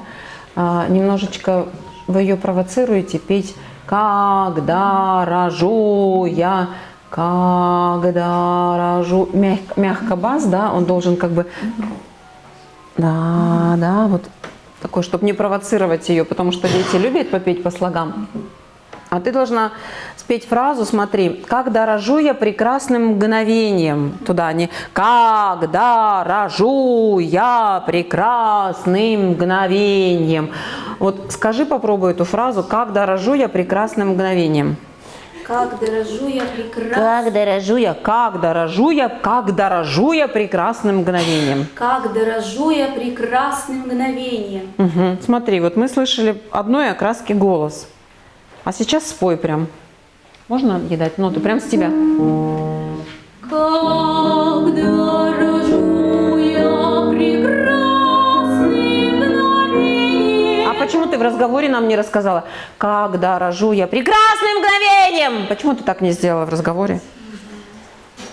Не знаю. Попробуй сейчас сделать все ровно. Как дорожу я прекрасным мгновением. Все-таки сделать вот такую грамотную фразочку. Нету там высоты. Там нет высоты, там есть одни слова. Как дорожу я прекрасным мгновением. Давай попробуй. Ты сейчас не понимаешь, что я от тебя хочу? Я поняла. Поняла?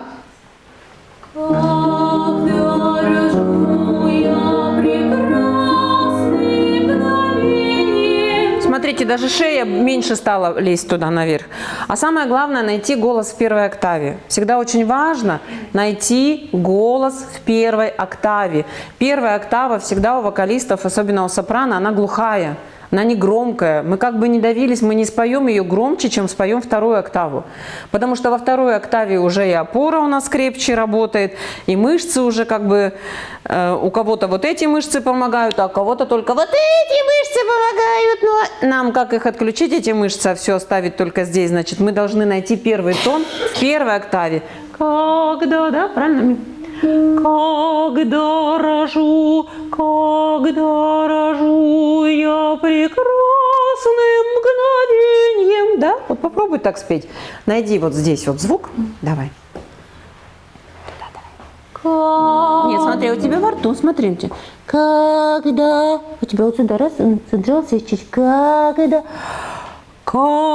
Видишь, я же вдыхаю куда? А ты вдохни вот сюда пониже. Давай. Не-не-не, а ты отпусти плечи. Плечи отпусти, вот вся прям расслабленная, расслабленная, расслабленная. На массаже, на массаже. Когда рожу я прекрасным мгновеньем. Это мгновение какое для тебя? Стресс какой-то? Нет. Шок? Нет. А какое мгновение? Прекрасное, нежное, прекрасное. А там написано еще пианиссимо, да? Пианистам тоже подсказывает, нужно иногда. Как с нашими детками нужно играть. Вы не обиделись, да? И тогда у нее другая музыка пойдет, да? Вот она должна вот так из тебя течь, эта музыка. Да? Давай, еще разочек, значит.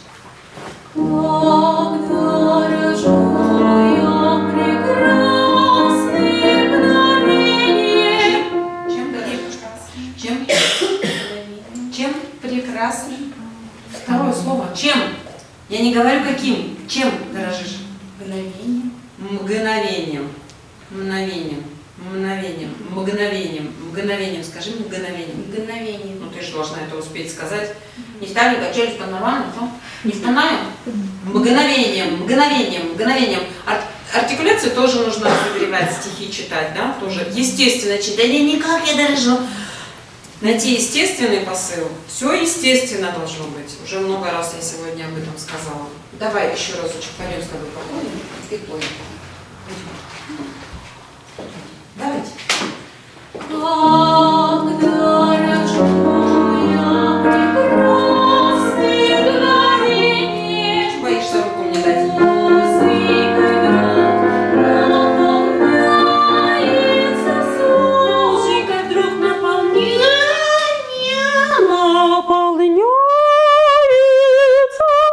Естественно, все должно быть, да? Почему я тебя повела? Ты мне вообще не поддаешься. Видите, она насколько зажатая. Руку не дает. Холодные руки. Чего ты так? Боишься меня? Замерзла? Нет. Ты всегда? Я всегда такая холодная. Давай еще будем танцевать танец. Какой размер здесь, в этом романсе? 2/4. 2/4? Не знаю. Почему ты не знаешь, что ты поешь? Какой размер у тебя? Иди посмотри и запомни навсегда. 12/8. 12/8 это как? А вот это что написано? Анданте кон монте. Это что значит анданте кон мото? Анданте с движением, да? С движением должно быть, да? Не та-та-та-та, та-ра-ри-ра-ра-ра-ра-ра-ра. Форте оно есть, но оно не должно быть выкрикивающим, да? Вот здесь от пиано должно вырастить крещендо, но это не должно быть, что у тебя здесь у меня, извините, не звучит, а тут я дальше запою, да? Здесь то же самое. Музыкой вдруг наполняется слух. Чтобы оставаться и в поэтическом тексте, и в мелодии, крещендо должно быть не выкрикивающим. Никому не мешаю. Мелодия должна литься естественно. Вот я хочу тебя поэтому поводить.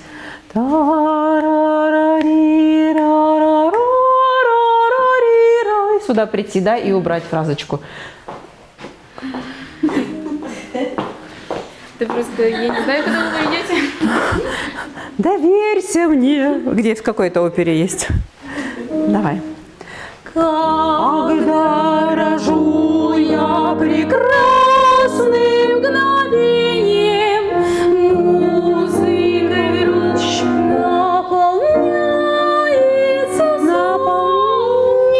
Зачем столько мы делаем?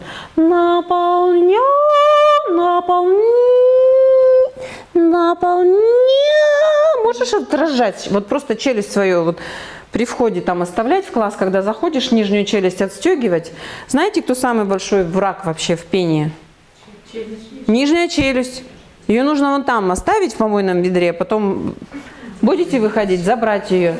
Как только она у нас зажатая, звук сразу зажатый. Как только она у нас переширена, звук сразу у нас некрасивый. Мягкая челюсть должна быть, мягкая, не мешающая. Вообще ее не должно быть, отстегивать ее нужно. Но это трудно, конечно, сделать, отстегнуть. Особенно у нас в русской речи, когда все гласные у нас глухие, согласные глухие, да, нужно тренироваться на итальянском слове, больше говорить итальянских. Они все высокопозиционные, да, все слова, разговорная речь. Му, му. Давай на итальянский манер сейчас спой. Вот сюда выведи звук, а не в нижнюю челюсть. Это эти музыкой, музы, му. Вот она нам показывала головные резонаторы, где должны. Знаешь про резонаторы? Где есть резонаторы? Вот здесь, Здесь. здесь. А где здесь? Только здесь? Но у нас маска, мы поем маску. Пазухи, да, вот эти гайморовые пазухи, фронтальные пазухи и вот эти вот косточки все. И обязательно тоже грудной резонатор, а ты его вообще не пользуешь. Ты вот сюда вдохнула, а сюда ничего не пропускаешь. Музыка, музы. Слышишь, как должна ты пропустить? Ну попробуй.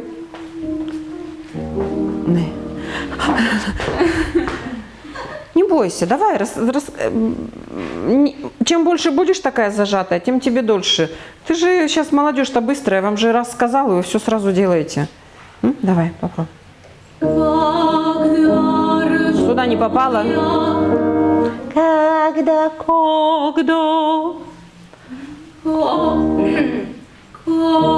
Когда рожу я прекрасным мгновением, опускай. Музыкой вдруг наполняется сон. Можешь сказать наполняется? Наполняется, скажи. Наполняется. Наполняется. Почему ты не говоришь мне наполняется? Наполняется. Почему ты мне так не говоришь? Наполняется. Скажи. Наполняется. Ну смотри, нормально. Слышали, она прям начала, соединила чуть-чуть, пошел проток, потом опять захотела прижать здесь челюсть. Ну, так сразу не получается, я с тобой согласна. Когда ты привыкла, что ты челюстью будешь помогать себе, отключай ее, хорошо? Вот давай здесь и здесь соедини еще разочек сначала. Ты понимаешь, что я тебя прошу? Да. Пристала, скажет вообще ко мне, что-то хочет от меня. Давай. Когда рожу я прекрасным мгновением, музыкой вдруг наполняя. Мы же с тобой сейчас тренировались. Наполняя. Нет. Наполняя, наполняя. Наполняется сон. Еще, вот знаешь, вот звук твой должен вот так идти. Ты его все время сюда хочешь вывалить, а он должен идти вот так. Музыкой наполняя. Же его здесь нету. Вот он вот так должен идти. Понимаешь, чего это показывает? Это должен быть проток твой соединен с вот с этими резонаторами, а не вываливать его в нижнюю челюсть. Вот такой проточный должен быть звук. Не понимаешь? Понимаешь? Ну попробуй сейчас вот, если ты понимаешь, попробуй прям это включить. Откуда? Сначала давай, ну что мы дальше? Когда рожу я прекрасный. Отпусти, отпусти, видишь, как ты жмешь? Когда рожу я Я не могу вообще у тебя настолько зажата челюсть, что она даже руки мои не могут с ней справиться. Но я, конечно, тебе сильно не жму, но я думала, вот чуть-чуть потыкаешь ей, она отпустит ее, не отпускает. С челюстью нужно прям сильно побороться. За один раз так трудно будет. Понимаешь, в чем проблема? Ну, так же мы не говорим в жизни. Наполняется, наполняется, наполняется. Дома ходи, тренируйся. Наполняется, наполняется. И вот это потренируй прям свободу вот туда. Не надо с себя каждый звук выдавливать. Звук должен свободно литься. Попробуй. Вот, ну, налей свободно всем. Давай, педагог тебя записывает. А я тебе тут буду тыкать, если что. Пускай.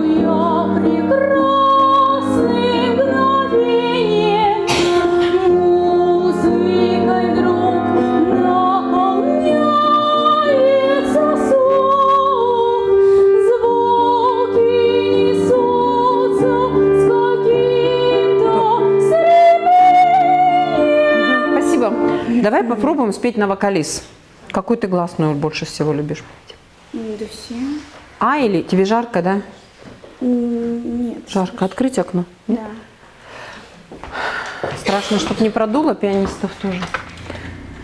А или Ина любит какую петь? А? Давай на А попробуем. Вот просто спой на А. Давай пой ту. А одну открыла и одну А тяни. Угу.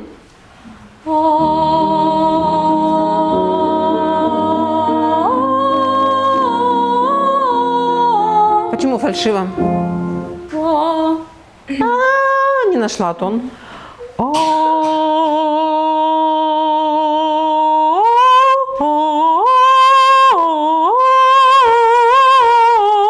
Попробуй. Прям вот, чтобы вот так себя наполнить. Вот так, вот так, вот так. Давай, я тут подержу. И достать это место тоже.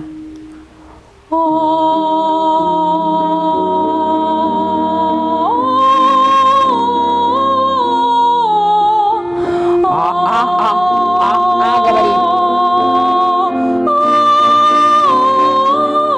А здесь было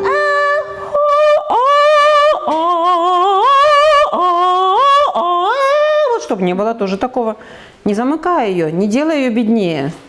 Оставляй одинаковую, не меняй ее по протоку. Еще разочек. Вот отсюда.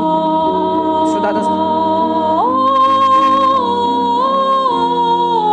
еще так же. Еще ниже теперь. Ниже теперь.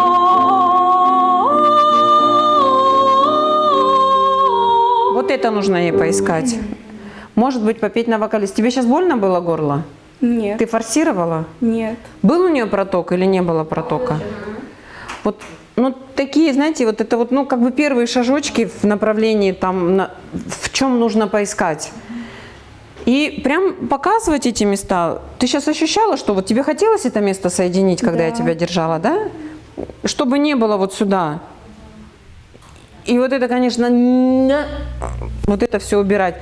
Вот как мы с предыдущей девушкой, как она начала мягко челюсть, да, отпускать. Мягко челюсть отпускать, небо поднимать. Вот такие мы слегка беловатые, вот такие должны быть. Где беловатые, вот челюсть наша вот такая должна быть. Посмеяться с ними, пошутить, но вот челюсть постараться вот такую тебе надо сделать. Твоя челюсть тебе мешает, поняла? Вот как я так делаю. Вот думаю, сидишь там перед зеркалом, в ванне моешься, полную ванну налила, и сиди, тренируйся, расслабленная, и тренируйся, как у тебя все работает, поняла? Мы должны быть полурасслаблены, только здесь нельзя расслабляться, и ноги должны быть крепкие. Да, тут обязательно мы не должны отрываться от земли, там, где мы стоим, крепко должны стоять на ногах, чтобы нас никакой партнер по сцене не сбил, не сдвинул, звуком не смел. А мы должны сопротивляться всегда. Всегда. Поняла? У тебя очень хороший голос. Как только ты его больше раскроешь, ты начнешь чище интонировать, воспитывать внутренний слух и эстетику, конечно, первого звука, первого тона. Всегда учите детей предслышать, в какой тон они у вас вступают, в какой тон начинают петь. Любимые слова Сергея Леферкуса, Сергея Петровича. Я, говорит, много сижу где на конкурсах, и вот сразу слышно певца, какой первый тон. Красивый первый тон, чисто интонационно, звук полился, я хочу его слушать. Если первый тон небрежный, грязный, он не знает, где начать петь, это плохой певец. И тогда у вас все будет хорошо, замечательно. Первый тон чистый, конечно, последний тоже надо закончить. Так же, как начал первый, и допеть до конца таким же красивым звуком. Вот и все, и больше ничего не надо. Все легко. Дыхание, челюсть свободная, получать самим удовольствие. И дарить, знаете, и понимать текст, вот то, что мы с первым юношем говорили, разбирать это все, копать глубоко, если мы поем арию, из какого места эта ария, что было до этой арии, какие события там происходили, почему композитор в этом месте написал эту арию, чем она должна быть, какой нюансировкой, какими красками, какими эмоциями, да. Вот вчера мальчик у нас пел, заиграйте песня Садко-то вот это, да. Песня Садко, ну она другая, то есть ее можно спеть ребенку, но если там будет другой подтекст, потому что заиграйте, ты какая вообще, царь морской его просто куда, своей дочке разве отдаст он замуж, она его уговаривает, папа, смотри, какого я тебе жениха себе привела, возьми его, полюби, он говорит, ну-ка пусть он там споет, и вот, заиграйте, все, даст этого. Это сцена знакомства вообще. Да, да. Знакомились с Волховой. Встретили друг друга. Нет, Волхова привозит его. Заиграйте мои да, голосики. да. Первый дуэт. Да. Ты представляешь, это надо же царство все объединить всех, влюбить в себя, а потом еще, чтобы царь тебя морской допустил до своей дочки. Поэтому тут во всем должен быть подтекст, умная во всем. Вера Павловна, она, может быть, вот зажимается, не уверенно себя, может такое быть, что чувствует, ну как бы в этом романсе конкретно, допустим, другое произведение. Это интуитивно у каждого человека, когда мы поем наверх, все хотят, все помочь себе хотят и потянуться наверх. Это психосоматика у нас такая, это все естественно.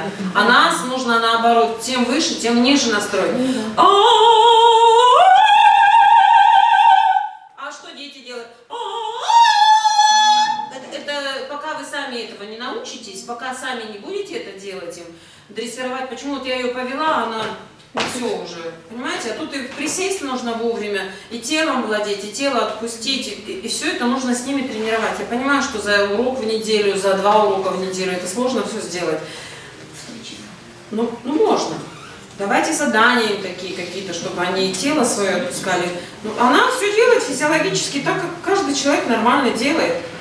Она в себе всем помогает, потому что она не знает, что должны вот эти...